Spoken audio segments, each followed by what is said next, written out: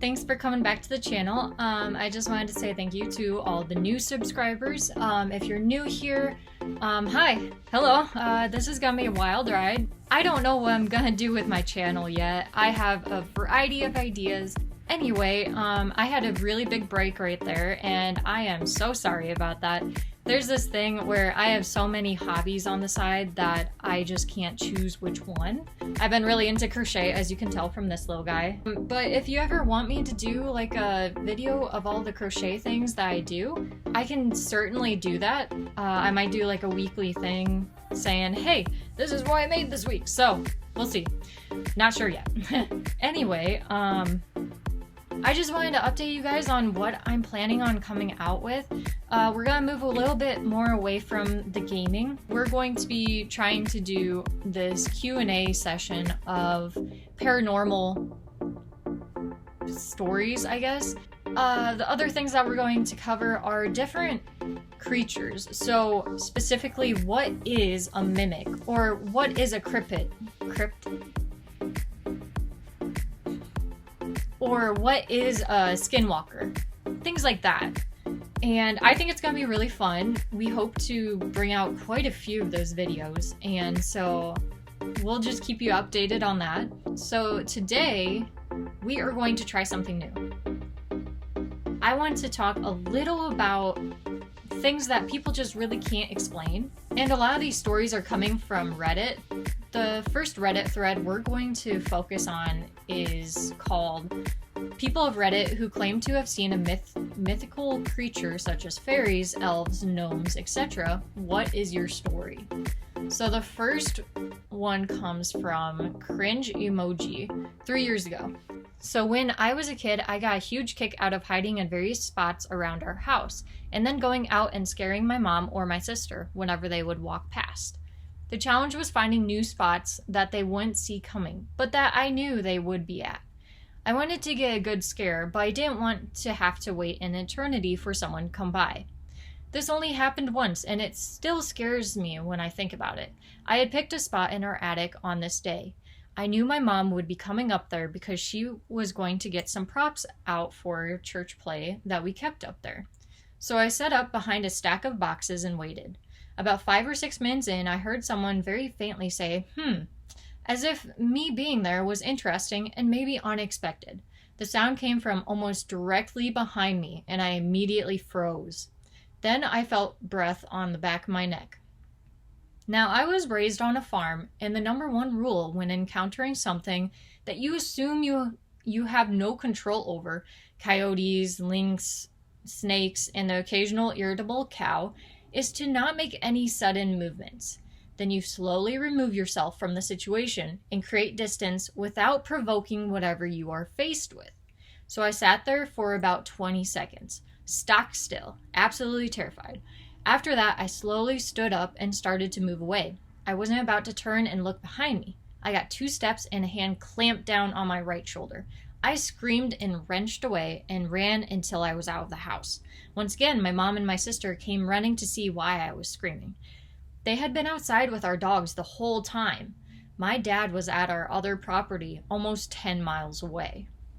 Sure, I could have imagined it. It never happened again. Nobody believed me then. My mom and dad both made multiple trips to the attic to show me there was nothing up there. I don't know what it was, but it was something. This next story comes from Paperboy. My daughter and I regularly and reliably saw a hide behind from my kitchen window. This eventually led to us learning the truth about this Midwestern mythical creature. What we saw was a 7 to 8 feet tall, bipedal, spindly legs, gaunt with protruding rib cage, no horns, or protruding ears. It/they would lean out from behind a tree in the forest behind our house. If you moved about, it would pop back behind the tree. We never saw more than one at a time, but there seemed to be more than one, as height varied. We sometimes saw it multiple times a day. The behavior was always the same. It seemed wary of us, but if we stayed out of sight, it would lean out into view for a few seconds at a time. When we sent the dog out, it would run off into the forest after it, but never chased it into view, so that told us nothing. I viewed it through a rifle scope and got a good long look at it silhouetted against the snow behind the trees, and it was really creepy, like a Slenderman or something. I could determine height by going out and measuring the trees we saw it next to. I, of course, did not shoot it, since you should not shoot what you cannot identify. And the only large bipeds hereabouts are people, though nothing human is that tall or narrow. We knew the local legends, and this matched the description and behavior. We dug out our trail camera, but solved the mystery before we got a chance to set it up. Sorry to disappoint, folks, but we solved the mystery, as I'm sure many have before us. As winter sets in, the deer like to stand on their hind legs to eat at the tips of pine tree branches. They are scared of people and will always do it behind trees, but every so often, one that is sick, starving, had twins, or gave birth too late in the season will be desperate. The desperate ones will lean out to get the untouched branches in view of the house, but if they sense movement, they duck away. A large deer with corvid wasting disease, standing on its hind legs, is a bizarre 8-foot-tall skeletal-looking thing with a protruding rib and sunken-in gut. That's great. Honestly, there are things that you can explain away and some things that you can't, and it's just funny that they were able to find that out through a scope. I applaud the willingness to go and figure out what it was, honestly.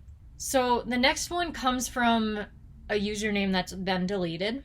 While up in the San Juans in Washington State off of Orca Island, I was drifting in a rowboat when a head and a long slender neck rose up out of the water, maybe 8 to 10 from the boat. My initial reaction was, is that an eel? It had a face similar to a moray eel and a dark greenish skin, but with red eyes. It rose several feet out of the water, paused, and then opened and closed its mouth a few times like it was coming up for air. The moment I shifted in the boat to try and get a better look at it, it was like it was suddenly aware I was there, and slid back under the water. I've spent a lot of time on the ocean, and have never seen anything else remotely like it. I need to look at the replies because I don't know if someone else might know. So someone offered that it might be oarfish. I'll put a picture somewhere on the screen so that you guys can see it as well.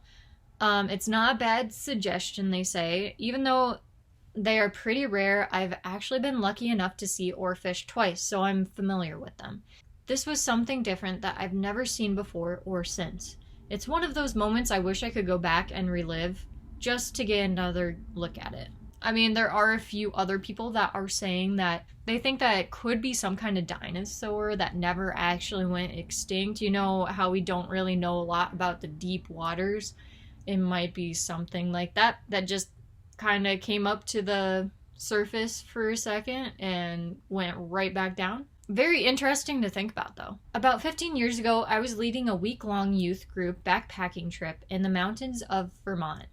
On the last of the trip, we were in an enclosed shelter, 4 walls, roof, and a door, off the main trail. After dinner, the kids, for whatever reason, decided that they have a sing-along. Completely out of character for them, but whatever. They had a successful week. I set my digital camera to video and let it record the goofiness while they were singing Hakuna Matata and Weird Al's Albuquerque. All of it. And went to bed once they were done. Got off the trail the following day and set about cleaning my gear and wandering through all the photos and videos to put up my Smug Mug site for the families to see. Going through the videos of the sing-along, I hit something I wasn't expecting. In the gap between songs was a deep, unnatural voice asking forcefully, "Do you want to die?" It was not there during the singing, because there's no way they would have launched right into the next song without commenting on it. Lots of goofiness singing and that bit of WTF in the gap between songs. For extra fun, around 2 a.m., one of the leader's dog, normally the goofiest, dopiest dog ever, got mistaken for a pony on one or more occasions, stood up like he was gonna bite someone and started growling incessantly, with the hairs on the back of his neck standing straight up. He would not calm down for anything and got a bit snappy when I tried to move him away from the door. In the same time frame, said door into the shelter kept slamming open and closed as well, despite it being a calm moonlit night with no clouds to be seen. I tied the door shut and the dog slowly calmed down. I didn't get a lot of sleep that night, even less when I dug into the videos post-trip. No clue what the F was out there, but something wasn't happy with a large group intruding into its space. Never had that or anything remotely like that happen again on any of my trips into the mountains. This next one comes from Butter of Fridge. I don't exactly know what creature it was, but anyway, here's my story. If anyone knows what it was, let me know. When I was in the 5th grade, we went on a trip with our school to this hostel at the edge of a forest. Me and the kids in my room, we did the usual thing of saying we saw something at the edge of the forest. One night, we did it again, and we had already gotten a bit paranoid and sometimes thought that we actually saw something. And on this night, we suddenly all saw this pair of purple glowing dots at the edge of the forest. At first, we thought it was probably just a reflection or something until those dots disappeared and reappeared about 10 meters to the right. When they reappeared, we could vaguely make the outer edges of the creature's body, which looked somewhat human. The eyes then turned to the right, and this second pair of purple eyes appeared. At this point, we were really scared, and it got worse when we realized that those dots are probably eyes were looking at us. From our window to the forest where those creatures were standing, it was maybe 15 to 20 meters. We sat there looking at them for about 10 minutes until those creatures turned around and left. To this day, I don't know what I saw at the edge of the forest and what they were doing so close to us. This next story comes from Feral Crumpet Tart. I was young and had fallen asleep in the car. I woke up to my parents frantic in the car, but we're parked in our driveway. My mom was worried about something in the field, if it had rabies. My dad saying he's going to slip into the house and get the shotgun. Anyways, in the field across, illuminated by snow and moon, was this dog thing, but short hair like a poodle. It was enormous. Its head would come up to the top of our Buick. Only instead of a head was a ball. Like it was stuck in a metal ball. It was thrashing about, so maybe it was. However, no houses in the area had a dog of that size or look. We ended up getting inside. My mom called the non-emergency police line. My dad watched from the balcony. It thrashed and wiggled into the woods, and the cops did a quick sweep, but nothing. Well guys, that's gonna do it for today. I just wanted to do a really quick video, keep you guys at least interested in the channel. I'm sorry I have been away for so long. It might be like that sometimes. Just know that I'm going to be coming out with new things a little bit more often, or trying. Maybe once a week, maybe once every 2 weeks. We'll see how the schedule goes. Editing takes a while because I am just distracted by a lot of other things, because these do take time. But yeah, I just wanted to do a small video for you guys, and I hope you were entertained. And I'll be coming out with new things later on.